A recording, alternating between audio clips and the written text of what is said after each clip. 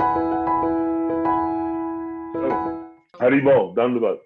So we're moving back over to Wales. Mayi, you back? You back in? You back? Can Yes, we hear you? I'm inside now.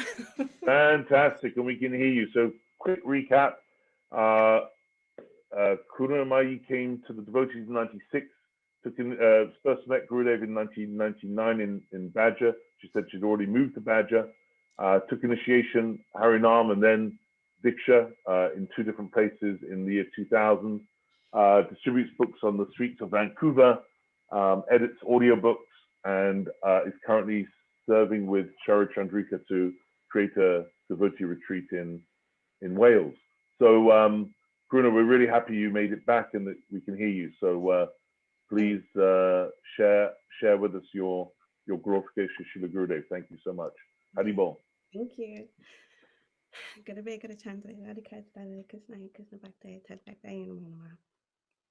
Okay, so when I was first asked to do this, I was thinking I haven't had so many personal experiences and exchanges with Gurudev, so what could I possibly share?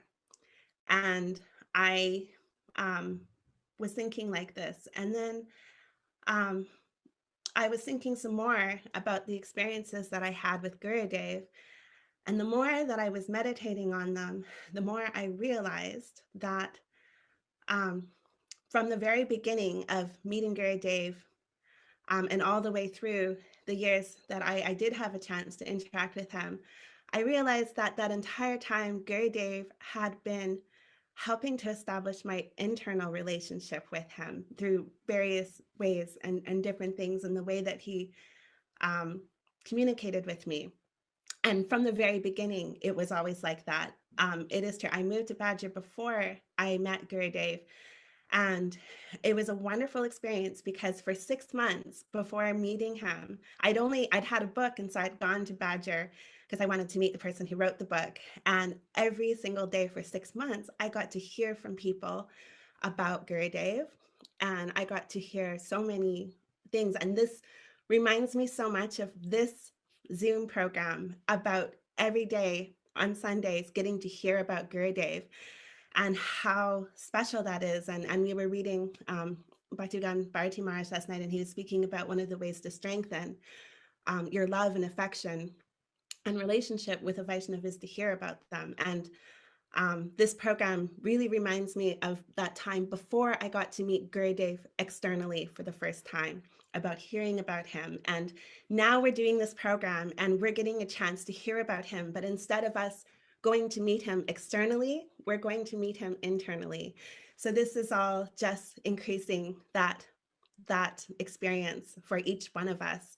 And that's one of the realizations I realized when I was thinking about sharing something on this this Zoom.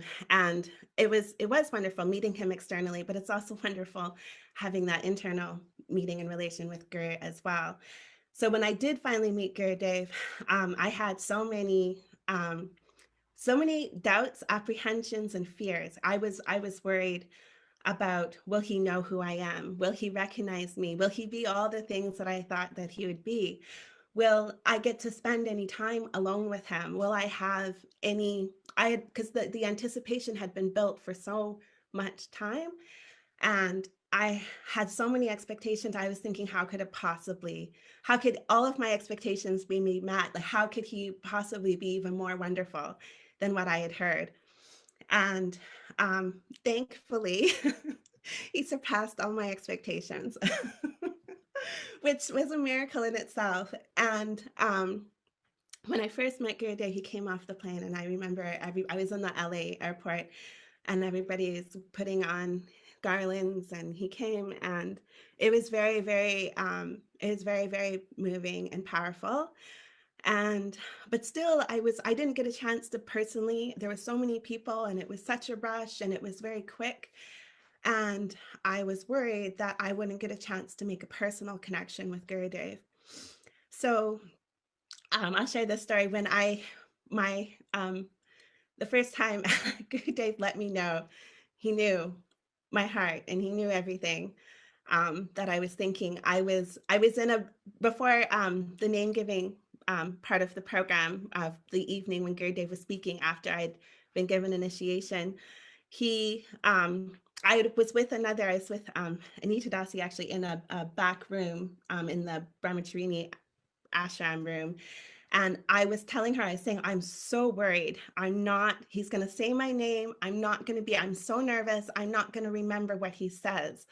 And I was so concerned that she said, take a paper and a pen, and when he says your name, and if he says anything about it, write it down. So I said, okay. So I got my little satchel, and I remember I had to ask many people, because I was there in San Diego and I had no pens. I had to ask many people to get a little piece of paper. It was just a torn off piece of paper, and I found a pen, and I was so happy. So I put it in my satchel and I went to the program. And then Brajanath is reading out people's names, and Gurudev says a little something, and everybody says Haribo. And then they came to my name, and Gurudev, everybody says Haribo. And then Brajanath was about to go on to the next person, and Gurudev took the mic from him and he said, write it down. Because he knew obviously that I had gone and taken all this time to find a paper and pen because I was so worried. And I immediately, and I have it on video, it's on YouTube actually, and he says, write it down, and I'm like, oh, okay.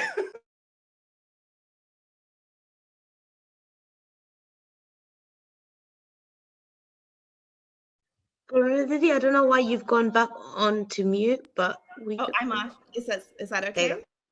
Yeah, okay. It's okay. I'm on. Okay. So I hope you heard that part when Gurudeva said, write it down. And then, okay, good. And then when, before that, when he was handing out our malas, I'd had this big dream and hope. I had this vision how I'd be sitting at my Guru's feet and he'd hand me the mala, and I had been dreaming about this moment. So when we got in that room, I went directly to Gurudev's feet. I sat right at his feet, and I was prepared to just stay there at his feet forever if I could. But I couldn't, because Brajanath immediately said, move to the back of the room. And so my heart just completely, I was like, oh my God. And he's like, the senior devotees, let them in. And so I was so young at the time, so I moved backwards, but I didn't want to go all the way back, but I kept getting pushed back because I was the first one in the room. So by the time all the devotees had come into the small room, I was pushed up against a wall in the back corner. And my heart was just like, oh my God. And then Gurudeva is, one at a time, saying our name and holding out the beads. And then the beads are getting passed backwards to the people in the back of the room. And then when it came to my turn, Gurudeva held out the beads, and someone went to take the beads from him to pass it back, and Gurudeva wouldn't let go. He just held the beads in front of him, and as they tried again to take it, and he wouldn't let go, and he just held the beads in front of him. And then everybody started looking at me, and I had to get up. I had to walk all the way to Gurudeva and take the beads directly from his hand, and that was just the most. It meant so much to me, and Gurudeva knew that it meant so much to me, and because that was what I had been praying for, and he gave me those beads, and of course I'm like forever grateful, and so many other things, but that was very special. I'm trying to remember all the ways that Gurudeva helped strengthen my internal relationship with him, and I'll tell another story about a time when I was in Navadvip with Gurudeva, and I had gone to I went to Mayapur to go shopping. And I don't know what I was doing in Mayapur, but I was wandering around and I met someone. And earlier in the day, Gurudeva had given a class about how he wanted to offer our hearts as offerings to his guru, and that how each one of us was an offering that he could make, a beautiful garland to offer to his Gurudeva. And I had met someone in some place in Mayapur in a market, and we'd started talking, and she asked me what I was doing there, and I said I was there with my Gurudeva, Srila Bhaktivedanta Narayana Gosvami Maharaj. And she said, oh, I've heard something about him. I'd like to meet him. So I said, okay, let's go meet him. And I said, okay, let's go. Let's go meet him right now, because I was worried that she'd have, I'd never see her again, or something might happen or come up. And I thought, here's an opportunity to bring Gurudev an offering for his Gurudev. So I said, let's go. And so we took a rickshaw, we took a boat, we took another rickshaw. And the whole time I was so happy to that I was going to be able to bring Gurudev someone. And I never thought that there was over 5,000 people that year at the parikram. And I never thought I wouldn't be able to just go see Gurudev. It didn't cross my mind at the time. Again, I was very, very young and naive, and I thought I'll just go and we'll just try to see Gurudev. And so when we got to the mat in Devananda Gaudiya mat, we went up the stairs to Gurudev's room, and there's like a gate, and it was locked. And so we're standing at this gate, and Maharaj comes out and he says, yes. And I said, oh, I've brought someone to meet Gurudev. And he just looks at me like, Gurudev's resting right now. And I felt so, I had so many things going through my heart and my mind, thinking, oh, but I've come to Gurudev. I'm bringing him someone. And I had all these things that I wanted to say and do. And so I just started crying, because I didn't know what else to say or do. And Brajanath comes out of Gurudev's room and he says, unlock the door. So he unlocked the gate. Brajanath came and unlocked the gate, which was so kind. And it was the middle of the day, and Gurudev had been either taking rest or chanting. He said, don't be long. So we went into Gurudev's room, and it was amazing. It was, he was sitting on his bed, and it was the middle of the day, and there was just a little window light. The shutters were closed to keep the heat out, and there's just a bit of light, and it was shining on Gurudev, and he's sitting on this bed and chanting. And I came in to introduce him to a girl I met shopping, and we offer our obeisances, and Gurudev says yes. And I said, oh, Gurudev, I met someone and she wanted to meet you.